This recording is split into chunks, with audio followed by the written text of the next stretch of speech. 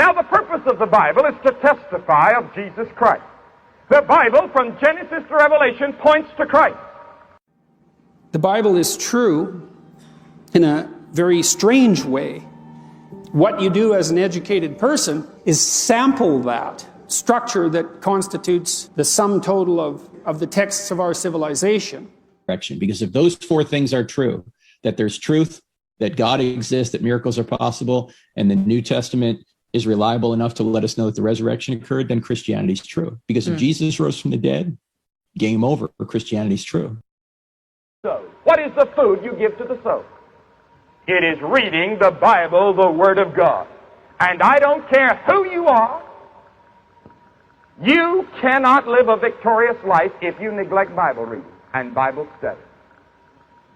But what we have at stake here is far more than that. You know, your life depends on this book. So read it. Numbers chapter 9. The Matthew Henry Complete Commentary.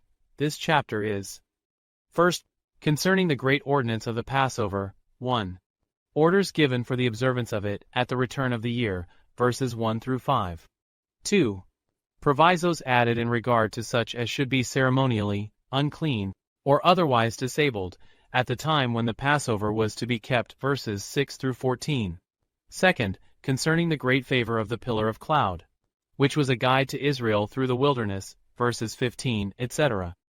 Verses 1 through 14, here we have: first, an order given for the solemnization of the Passover, the day 12th after they came out of Egypt, on the 14th day of the first month of the second year, some days before they were numbered, for that was done in the beginning of the second month. Observe, 1. God gave particular orders for the keeping of this Passover. Otherwise, it should seem they would not have kept it. For in the first institution of this ordinance, it was appointed to be kept when they should come into the land of promise. Exodus, chapter 12, verse 25. And no Passover till they came to Canaan. Joshua chapter verse 10. This was an early indication of the abolishing of the ceremonial institutions at last, that so soon after they were first appointed, some of them were suffered to lie asleep for so many years. The ordinance of the Lord's Supper, which came in the room of the Passover, was not thus intermitted or set aside in the first days of the Christian Church, though those were days of greater difficulty and distress than Israel knew in the wilderness. Nay, in the times of persecution, the Lord's Supper was celebrated more frequently than afterwards. The Israelites in the wilderness could not forget their deliverance out of Egypt. Their present state was a constant memorandum of it to them. All the danger was when they came to Canaan. There therefore they had need to be reminded of the rock out of which they were hewn.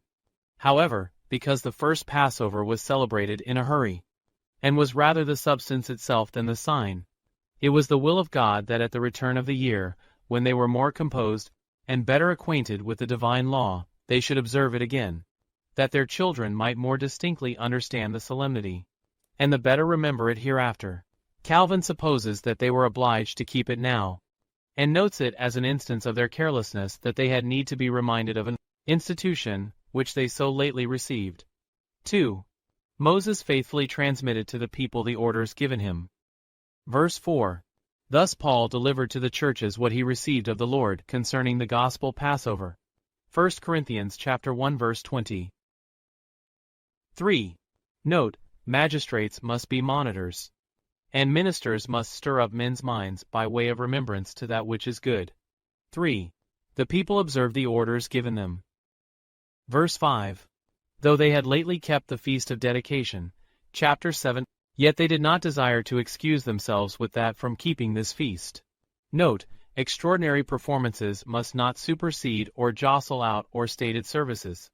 They kept the Passover even in the wilderness, though our condition be solitary and unsettled, yet we must keep up our attendance on God by holy ordinances as we have opportunity, for in them we may find the best conversation and the best repose. Thus is God Israel provided for in a desert. Second, instructions given concerning those that were ceremonially unclean when they were to eat the Passover. The law of the Passover required every Israelite to eat of it. Some subsequent laws had forbidden those that had contracted any ceremonial pollution to eat of The holy things, those whose minds and consciences are defiled by sin, are utterly unfit for communion with God, and cannot partake, with any true comfort, of the gospel Passover, till they are cleansed by true repentance and faith. And a sad dilemma they are in. If they come not to holy ordinances, they are guilty of a contempt of them. If they do come in their pollution, they are guilty of a profanation of them. They must therefore wash, and then compass God's altar. Now, 1. Here is the case that happened in Israel when this Passover was to be kept. Certain men were defiled by the dead body of a man. Verse 6, and they lay under that defilement 7 days. Chapter 19 verse 11. And in that time might not eat of the holy things. Leviticus chapter 7 verse 20. This was not their iniquity, but their infelicity. Some persons must touch dead bodies, to bury them out of sight. And therefore they could, with the better grace, bring their complaint to Moses. 2. The application made to Moses by the person concerned. Verse 7. Note, it is people's wisdom, in difficult cases concerning sin and duty, to consult with their ministers, whom God has set over them, and to ask the law at their mouth. Malachi chapter 2 verse 7. These means we must use in pursuance of our prayers to God to lead us in a plain path. Observe with what trouble and concern these men complained that they were kept back from offering to the Lord. They did not complain of the law as unjust, but lamented their unhappiness that they fell under the restraint of it at this time, and desired some expedient might be found out for their relief. Note, it is a blessed thing to see people hungering and thirsting after God's ordinances, and to hear them complaining of that which prevents their enjoyment of them. It should be a trouble to us when by any occasion we are kept back from bringing our offering in the solemnities of a Sabbath, or a sacrament, as it was to David, when he was banished from the altar. Psalm chapter 40, 2 verses 1 and 2. 3. The deliberation of Moses in resolving this case. Here seemed to be law against law, and, though it is a rule that the latter law must explain the former, yet he pitied these Israelites that were thus deprived of the privilege of the Passover, and therefore took time to consult the oracles, and to know what was the mind of God in this case. I will hear what the Lord will command concerning you. Verse 8. Ministers must take example hence in resolving cases of conscience. 1. They must not determine rashly, but take time to consider, that every circumstance may be duly weighted. The case viewed in a true light, and spiritual things compared with spiritual. 2. They must ask counsel at God's mouth, and not determine according to the bias of their own fancy or affection, but impartially, according to the mind of God, to the best of their knowledge. We have no such oracle to consult as Moses had, but we must have recourse to the law and the testimony, and speak according to that rule. And if, in difficult cases, we take time to spread the matter in particular before God by humble believing prayer, we have reason to hope that the Spirit who is promised to lead us into all truth will enable us to direct others in the good and right way. 4. The directions which God gave in this case, and in other similar cases explanatory of the law of the Passover, the disagreeable accident produced good laws. 1. Those that happened to be ceremonially unclean at the time when the Passover should be eaten were allowed to eat it that day, month, when they were clean. So were those that happened to be in a journey afar off. Verses 10 and 11. See here, 1. That when we are to attend upon God in solemn ordinances, it is very necessary both that we be clean and that we be composed. 2. That may excuse the deferring of a duty for a time, which yet will not justify us in the total neglect and omission of it. He that is at variance with his brother may leave his gift before the altar, while he goes to be reconciled to his brother. But when he has done his part towards it, whether it be effected or no, he must come again and offer his gift. Matthew chapter 5, verses 23 and 24. This secondary Passover was to be kept on the same day of the month with the first, because the ordinance was a memorial of their deliverance on that day of the month. Once we find the whole congregation keeping the Passover on this 14th day of the second month, in Hezekiah's time. 2 Chronicles chapter 30 verse 15, which perhaps may help to account for the admission of some that were not clean to the eating it. Had the general Passover been kept in the first month, the unclean might have been put off till the second, but that being kept in the second month, they had no warrant to eat it in the 3rd month. And therefore, rather than not eat of it at all, they were admitted, though not cleansed according to the purification of the sanctuary. Verses 19 and 20. 2. Whenever the Passover was kept in the 2nd month, all the rites and ceremonies of it must be strictly observed. Verse 12. They must not think that, because the time was dispensed with, any part of the solemnity of it might be abated. When we cannot do as we would, we must do the utmost we can in the service of God. 3. This allowance in a case of necessity would be no means countenance, or indulge any in their neglect to keep the Passover at the time appointed, when they were not under the necessity. Verse 13. When a person is under no incapacity to eat the Passover in the appointed time, if he neglects it then, upon the presumption of the liberty granted by this law, he puts an affront upon God, impiously abuses his kindness, and he shall certainly bear his sin and be cut off from his people. Note, as those who against their minds are forced to absent themselves from God's ordinances may comfortably expect the favors of God's grace under their affliction, so those who of choice absent themselves may justly expect the tokens of God's wrath for their sin. Be not deceived, God is not mocked. 4. Here is a clause added in favor of strangers. Verse 14. Though it was requisite that the stranger who would join with them in eating the Passover should be circumcised as a proselyte to their religion. Exodus chapter 12 verses 48 and 49. Yet this kind admission of those that were not native Israelites to eat the Passover was an intimation of the favor designed for the poor Gentiles by Christ. As then there was one law, so in the days of the Messiah there should be one gospel, for the stranger and for him that was born in the land. For in every nation he that fears God and works righteousness is accepted of him. And this was a truth before Peter perceived it. Acts chapter 10 verses 34 and 35. Verses 15 through 20. 3. We have here the history of the cloud, not a natural history, who knows the balancings of the clouds, but a divine history of a cloud that was appointed to be the visible sign and symbol of God's presence with Israel.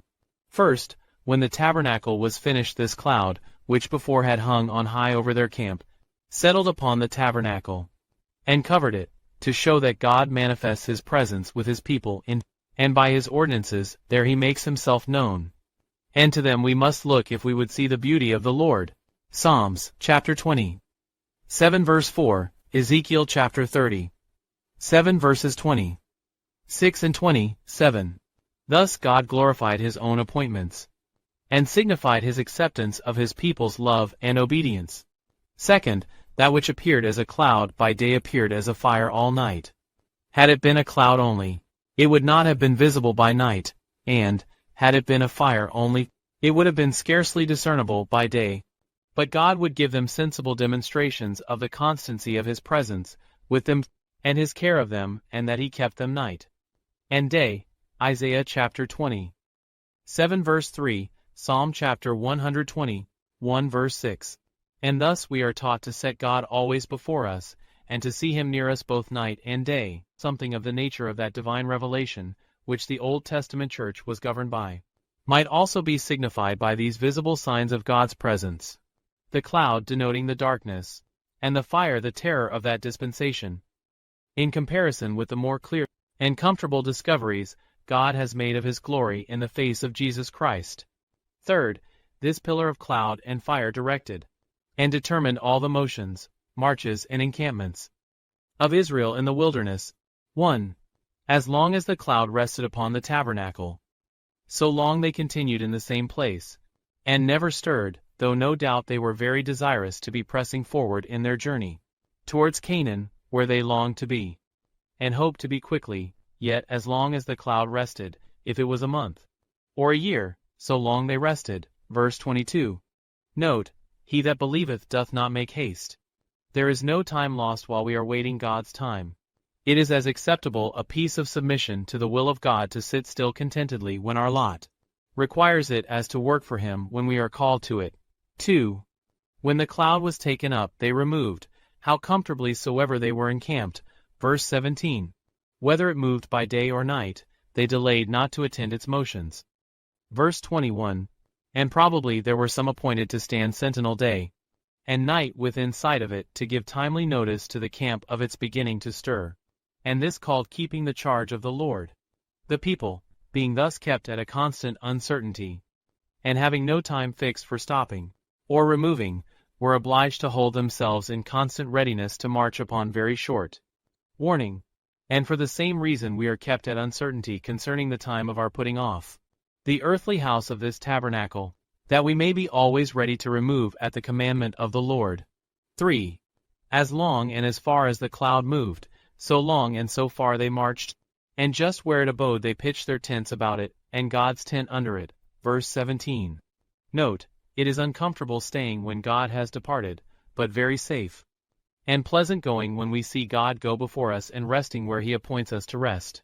This is repeated again and again in these verses, because it was a constant miracle, and often repeated, and what never failed in all their travels, and because it is a matter which we should take particular notice of as very significant and instructive. It is mentioned long after by David, Psalms chapter 105 verse 39, and by the people of God after their captivity, Nehemiah chapter 9 verse 19. And the guidance of this cloud is spoken of as signifying the guidance of the blessed Spirit. Isaiah chapter 63 verse 14. The Spirit of the Lord caused him to rest, and so didst thou lead thy people. This teaches us, 1. The particular care God takes of His people. Nothing could be more expressive and significant of God's tenderness of Israel than the guidance of this cloud was. It led them by the right way. Psalm chapter 107 verse 7. When on their pace, God did by it, as it were, cover them with His feathers. We are not now to expect such sensible tokens of the divine presence and guidance as this was, but the promise is sure to all God's spiritual Israel that He will guide them by His counsel. Psalm chapter 7 verse 24, even unto death. Psalm chapter 40, 8 verse 14, that all the children of God shall be led by the Spirit of God. Romans chapter 8 verse 14, that He will direct the paths of those who in all their ways acknowledge Him. Proverbs chapter 3 verse 6, there is a particular providence conversant about all their affairs, to direct and overrule them for the best. The steps of a good man are ordered by the Lord. Psalm chapter 30. 7 verse 20, 3, 2. The particular regard we ought to have to God in all our ways. In our affections and actions we must follow the direction of His Word and Spirit. All the motions of our souls must be guided by the divine will. At the commandment of the Lord our hearts should always move and rest. In all our affairs we must follow providence, reconciling ourselves to all its disposals, and bringing our mind to our condition, whatever it is. The people of Israel, having the cloud for their guide, were eased of the trouble of holding councils of war, to consider when and whither they should march, which might have occasioned strifes and debates among them, nor needed they to send spies before to inform them of the posture of the country, or pioneers to clear the way, or officers to mark out their camp. The pillar of cloud did all this for them. And those that by faith commit their works to the Lord, though they are bound to the prudent use of means, yet may in like manner be easy in the expectation of the event. Father, Thy will be done. Dispose of me and mine as Thou pleasest. Here I am, desirous to be found waiting on my God continually, to journey and rest at the commandment of the Lord. What Thou wilt, and where Thou wilt, only let me be Thine, and always in the way of my duty.